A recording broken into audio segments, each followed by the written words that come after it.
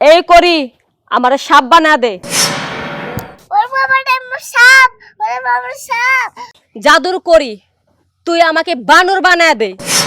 ওরে মামা রে বাবা রে বান্দর কোন দিকে আইলো? কে কোন আছে মা বাবা? মামা রে বাঁচাও।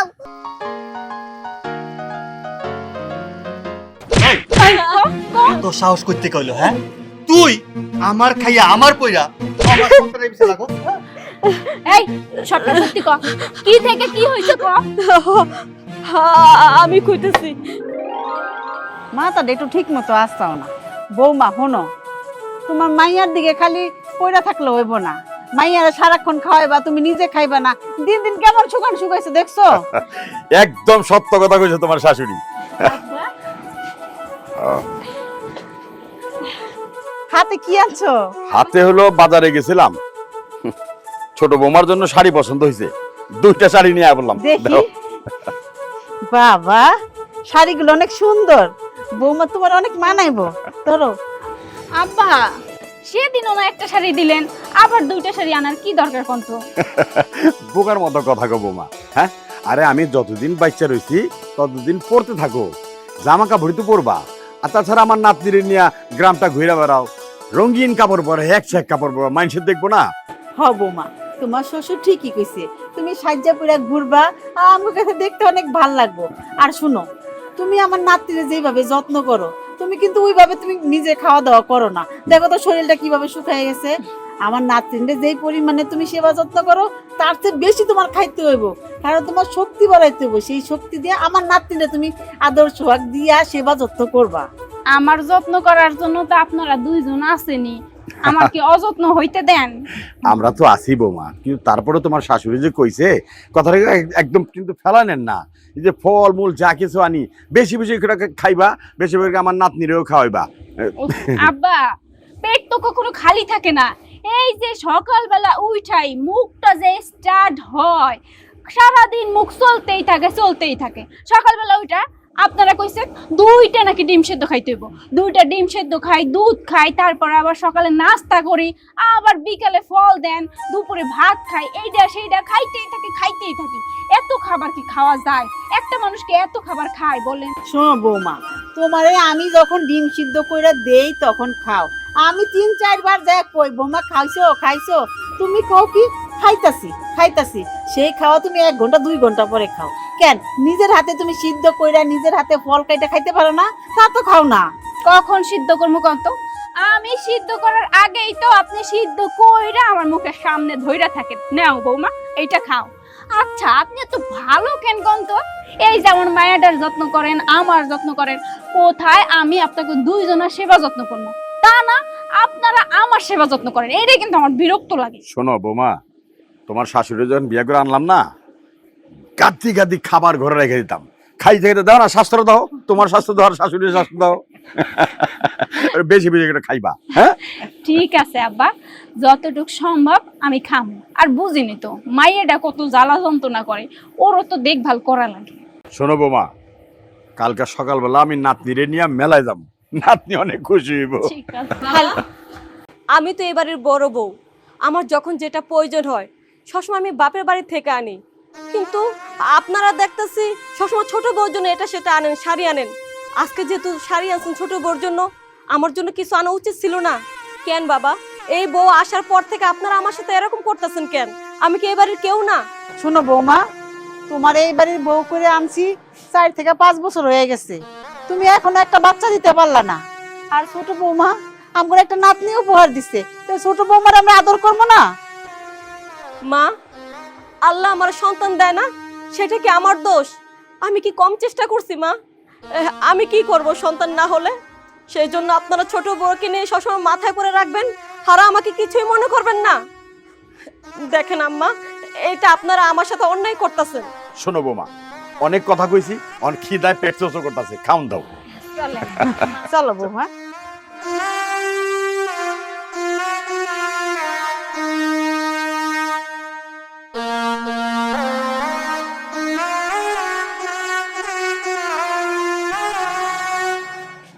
আরে লাবণী, এত রাত্রি মন খারাপ করে কই যাইতেছস? পাশের বাড়ি যেতেছি ভাইয়া। এত রাত্রে পাশের বাড়ি যেতে হবে?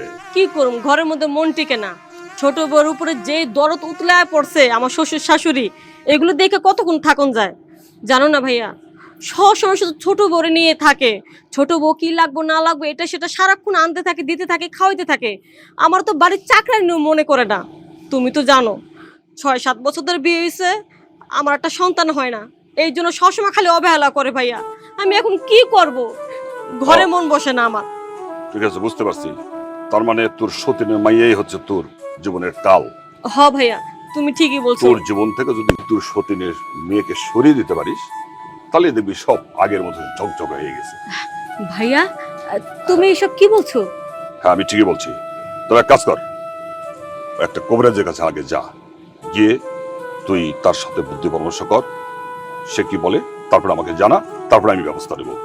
হ ভাইয়া, তুমি ঠিকই বলছো। ওই সতীনের মাইয়া হয়েছে নষ্টের মূল।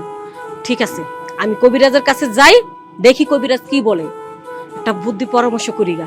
ঠিক আছে, তাহলে তুই যা, আমি আসি, পরে আমার সাথে কথা বলিস। আচ্ছা ঠিক আছে লাবণী, আচ্ছা তুই যা, পরে আমি দেখুন নি। আচ্ছা ঠিক আছে।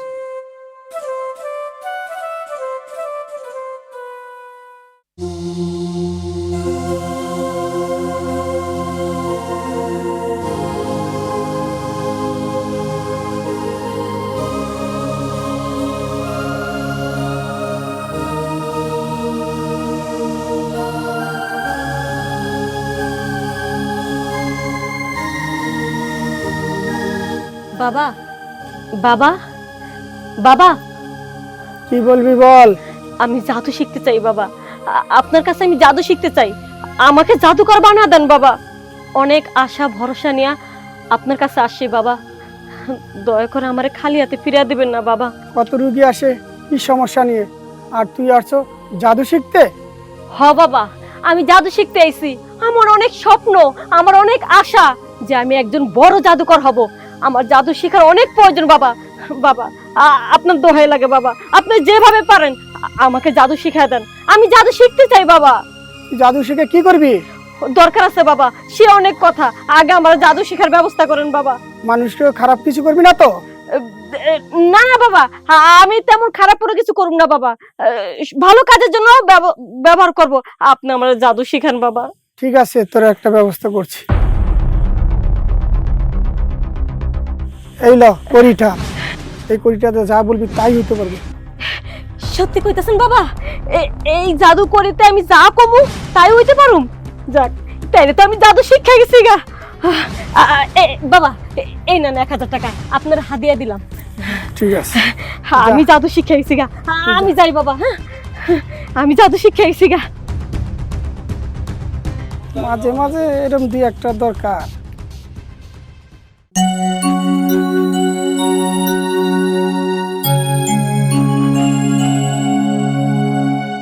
নেহা, কি রে নেহা, কি করতাছস? বড়াম্মু আমি খেলতাছি। ও খেলতাছস? কি দিয়ে খেলা করস? আম দিয়া। আম দিয়ে খেলা করস? ওই আম দিয়ে কি একটা খেলা হইলো? আমি না অনেক সুন্দর খেলা জানি, তুই কি আমার লগে খেলবি?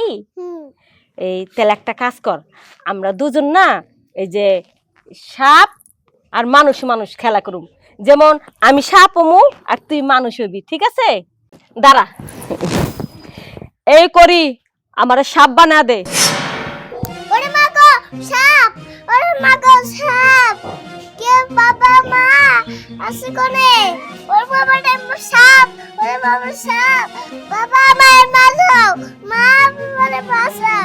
ওরে মা গো বাবা রে, মা গো। নেহা, কি হয়েছে মামুনি? তুমি এমনি করে কান্নাকাটি করতেছো কেন? মামা আমি একটা সাপ দেখছি। সাপ কই দেখছো? ওদিকে। কই, এইখানে তো কোনো সাপ নাই। তুমি ভুল দেখছো মা। না মা, আমি ভুল দেখি নাই, আমি হলো এদিকেই দেখছি। এইখানে সাপ, এখানে তো কোনো সাপ দেখি। হায় হায়, মায়ের বুকটা তো ধরপড় করতেছে, তার মানে অনেক ডরাইছে। কি দেখে ডরাইছে? কই তো সাপ, কিন্তু কোনো জায়গায় সাপ দেখতেছি না। চলো তোমার পানি পড়া খাওয়াই।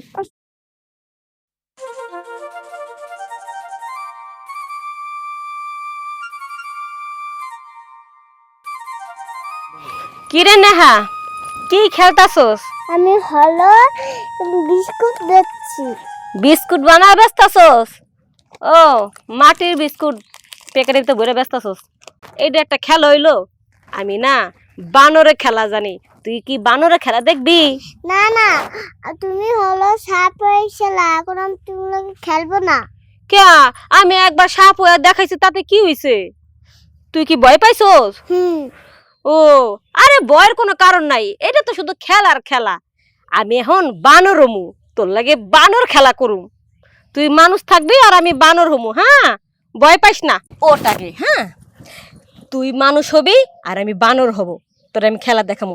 এখানে দাঁড়া থাকবি, কিন্তু লড়বি না একদম। এই জাদুর করি, তুই আমাকে বানর বানায় দে। ওরে মামারে বাবারে, বান্দর কোন দিকে আইলো? কে কোন আছে? মা বাবা, মামারে বাঁচাও। মামা আমারে খেয়ে ফেলো।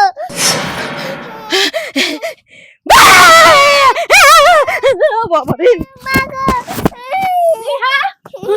আম্মু কি হইছে? তুমি কান্না করতেছো কেন? বোমা কি হয়েছে বাচ্চাটার? দাদা দাদা আমার বাসা, এদিকে আমি বান্দর দেখছি। আয় এ কি কয় বৌমা? বান্দর? বান্দর কই দেখছস? এদিকে আচ্ছা বৌমা, তুমি কালকা কইলা সাপ দেখছে, আজকা কইতাছো বান্দর দেখছে, কি কাহিনীটা কি? কাহিনী তো আমিও বুঝতাছি না আব্বা। কালকে কেমনে করে ডরাইছে, আমি তো আপনারা সবকিছু কইলামই। তারপরে আমি ওইখানে গিয়েও দেখছি যে ও কান্নাকাটি করতেছে। আজকেও তো কেমনে চিল্লানি দিল, আপনি তো তা শুনলেনি। ওর চিল্লানি শুনেই তো আমরা আসলাম। আচ্ছা বৌমা, কোনো চিন্তা করো না, সূর্য হইতাছে, ও আইলে পরে বাচ্চারে নিয়ে একটু কবিরাজের কাছে যাও। ঠিক আছে আব্বা, আম্মু ভয় পাইও না, এখানে কিচ্ছু নাই। তোমার আম্মু আছে না? চলো বাইতে চলো আব্বা, চলো। চলো। এখন তো তোমরা সবই শুনলা। হ্যাঁ, আমি কি করব? তুমি তোমার ভাইয়ের কথা শুই না এত বড় একটা সিদ্ধান্ত নিছো। প্রতিনিয়ত আমার মেয়ের ডর দেখাইতা। আমার মাইয়া যদি এখন মইরা যাইতো, ওর কিছু একটা হয়ে গেলে তখন কি হইতো? তোমার তো কিছু আসতো যাইতো না, কারণ মাইয়াটারে আমি 10 মাস 10 দিন গর্ভে ধারণ করছি। ওর যদি মইরা যাইতো, আমার বুক খালি হইতো, আর বাপের বুক খালি হইতো।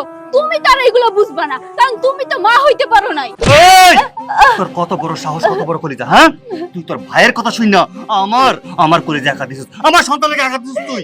আঘাত দেব না তাহলে কি করো? তুমি আমার দেখতে পারো না, বাবা আমার দেখতে পারে না, মা আমার দেখতে পারে না, এমনকি সতীনে ঘরে সতীনে আমার দেখতে পারে না, কেউ তোমরা আমার দেখতে পারো না।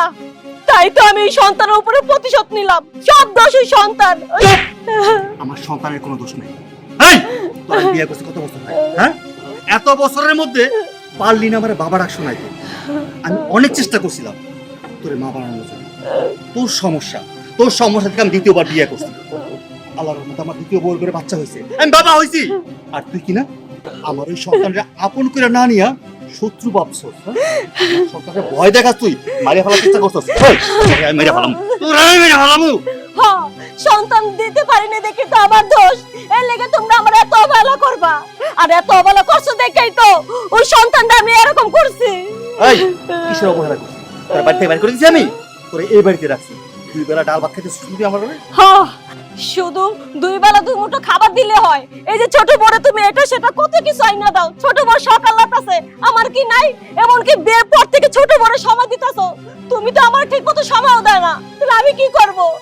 আমি তো একটা মানুষ, আমার যদি এত অবহেলা করো তাহলে আমি কোথায় যাব, কি করুম? তাই তো বাধ্য হইয়া তোমার মেয়ের উপরে প্রতিশোধ নিছি। বুবু শোনো, তোমারে অবহেলা করে তোমার দোষে, বুঝতে পারছো? তুমি যদি আমাদের সঙ্গে মিলাজিলা থাকতা, তাহলে আর তোমার কেউ অবহেলা করতো না। এই বাড়িতে আমি আসার পর থেকে তুমি আমারে দেখতে পারো না, সেই জন্য আব্বাও তোমার পছন্দ করে না, মাও তোমারে পছন্দ করে না। মিলাজিলা কেমনে থাকুম? তুই আসার পর থেকে সবাই আমার সাথে যেভাবে দুর্ব্যবহার করতেছে, মিলাজিলা কেমনে থাকুম আমি? কত ওরে তো তুলু বুলু করলে হইব, ওরে ভালো কথা কইলে শুনবো। এই জামার সাথে দাও আমার কাছে। ওরে আমি আমার মারো না, আমার মারো না। মেয়েটারে ঠিক করবো কেমনে? এই আমার মায়া কেন ভালো হইব না? তোরা মেরে কইতাছি তোমরা ওই কবিরাজের কাছে ম্যাডার নিয়ে যাও, তাহলে সমাধান হইব। তাহলে সময় দেব না, তার আগে তোর শেষ করি। আমার মারো না, দাঁড়াও, শোনো, বুবুর পিছনে এখন সুইটা লাভ নাই। আগে মেয়েটারে ঠিক করতে হইব। দেখছো মেয়েটা কেমনে অজ্ঞান হয়ে পড়ে আছে, এখন পর্যন্ত হুঁশ ফিরতাছে না। চলো ঘরে গিয়া মেয়েটারে নিয়ে তারপর কবিরাজের কাছে যাই, চলো। হ্যাঁ, পরে আমি দেখা সামনে।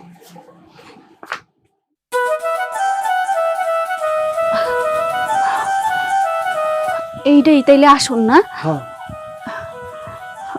বাবা, ও বাবা, আপনার দর্শন নেওয়ার জন্য আইছি। ঠিক আছে, বল কি সমস্যা তোর, বল। আমার কোনো সমস্যা না, এই যে আমার মায়েরার সমস্যা। আমার মায়েরা খালি সাপ দেখে, বানর দেখে, এটা দেখে দেখা অজ্ঞান হয়ে যায়। দেখেন কেমনে করে অসুস্থ হয়ে পড়ে আছে। আমার মায়ের তো এখন চোখই খুলতেছে না। বাজার একটু দয়া করেন আমার মায়ের প্রতি। দেখতেছেন তো এত ছোট বাচ্চা, যে সামনে সাপ দেখে, বানর দেখে, ও চিৎকার দিয়ে ওঠে, দিয়ে অজ্ঞান হয়ে যায়, এই যে পড়ে রয়েছে। হ্যাঁ ঠিক আছে, আমি সব বুঝি। আমার এখান থেকে তোর সমস্যাটা হয়েছে, চিন্তা করিস না। মাঘে পূর্ণিমা রাতে তোর মেয়েকে নিয়ে আসবি। অদ্ভুত শক্তি দিয়ে তোর মায়েকে ভালো করতে হবে। বাবা, পূর্ণিমার রাত আইতে আইতে তো অনেক দেরি। ততদিন আমার মায়ে কি এইরকম ভয়ে ভয়ে থাকবো? ও তো সব সময় ভয় পায়, প্রতিদিন সাপ দেখে, বানর দেখে। আর এইভাবে কি মানুষ বাঁচতে পারে? আমার মেয়ে যদি ভয় পাইয়া পাইয়া মইরা যায় তখন কি হইব কোন তো? তখন কিন্তু আমিও মইরা যাবো। আমার মেয়েটারে কিন্তু আমি অনেক সাধনা কইরা পাইছি, অনেক কষ্টের পরে এই মায়াটা আমার কোলে আইছে। আমি আমার এই মায়াটারে হারাইতে চাই না। যেমনি হোক আমার মায়াটারে সুস্থ কইরা দেন। বাবা, বাবা, আমার মায়ের মুখটা দিকে তাকান। আমার নিষ্পাপ মেয়েটা কেমন শুকায় কি অবস্থা হয়েছে, এই যে জ্ঞান হারায় আছে, ও কথা কয় না, কিছু কয় না। আমার মেয়ের আমার বাবা কয়ে ডাকে না, আমার খুব কষ্ট হয়। আপনার কাছে হাত জোর করতেছি বাবা, আপনি যেমনি হোক আমার মেয়েটা সুস্থ করে দেন। হ, যদি টাকা পয়সাও লাগে কোনো সমস্যা নাই, আমরা আপনার টাকা পয়সা দিয়ে দিব, যত টাকা লাগুক। তাও আমার মায়াটারে সুস্থ চাই। ঠিক আছে, তুই মঙ্গলবারে আসিস। ঠিক আছে বাবা, তাইলে আপনার কথা মতো নিয়ে আসমুনি। তাও আপনি আমার মায়াটারে একটু সুস্থ করে দিয়েন। ঠিক আছে, তুই আগামী মঙ্গলবারে আসবি। ঠিক আছে, মাঘে পূর্ণিমার রাত্রে।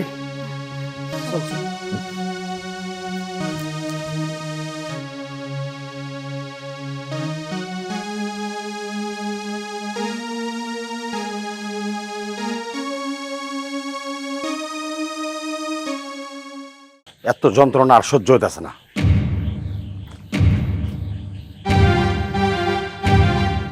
আমি আপনাদের বাড়ি যাইছিলাম আপনাদের সঙ্গে কথা বলার জন্য। আমার বোনের অশান্তিতে রাখিয়া আপনারা ভালো থাকবেন, আপনারা ভাবলেন কেমনে? ওই মিয়া, কথা কি কইবার চাও ক্লিয়ার কাট কর, ঝামেলা ঝামেলা বাজা লাভ নাই, সুন্দর মতো কর।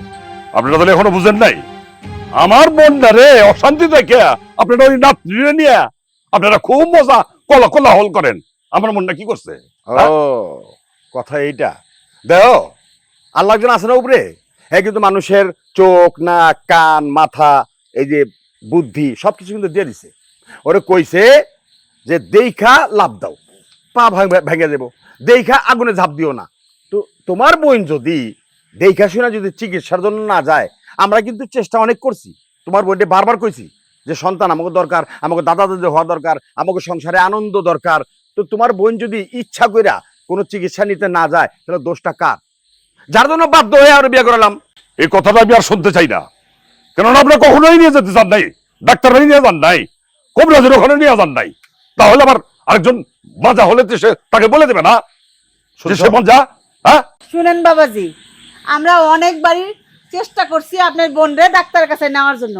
আপনার বোন আমাদের কোনো কথা শুনে না। আরেকটা কথা মনে রাখেন, আপনি যে বলছেন যে নাতনি নিয়ে হুলুলুলু করি, আমরা কি নিয়ে হুলুলুলু করবো?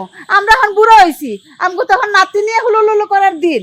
তাই বলে আমার বোনের কোনো কিছু না দিয়া আপনারা নাতি নিয়ে বউ নিয়ে খুব আনন্দ উল্লাস করবেন, আর আমি টাকা টাকা দেখবো আমার বোনের অশান্তি করে? হ্যাঁ, শুনেন বাবাজি, একটা কথা মনে রাখেন, যেই গাছে ফল দেয় বেশি সেই গাছের যত্নও বেশি। আপনার বোনে ফল দিতে পারে নাই, তাই আপনার বোনের আমরা যত্ন নেই না। হ্যাঁ বুঝছি। আমি দেখি আপনারা নাতনি নিয়ে কতটুকু আনন্দ দেখতে পারেন, আমিও দেখে নেবো। হ্যাঁ, আমি কইলাম। আরে যাও যাও, কি করবার দেহ না পরে। আচ্ছা, আমিও দেখবো যে আপনারা কোন পথে যেতে পারেন। আমি দেখবো আমার বোন অশান্তি করে আপনার বাড়ি থাকবেন, আমি টাকা টাকা দেখবো। ঠিক আছে, দেখে নেবো, আমিও দেখবো। বৌমার ভাই যে এত গরম হয়ে গেল, একটা অশান্তি যদি সৃষ্টি করে তাহলে কেমনে কি হইব? আরে রাখো, এর গায়ে রক্ত অংশ আছে, আমার গায়ে নাই। হ্যাঁ, কিছু করতে পারবো, আমি কিছু করতে পারবো না। চলো ঘরে চলো।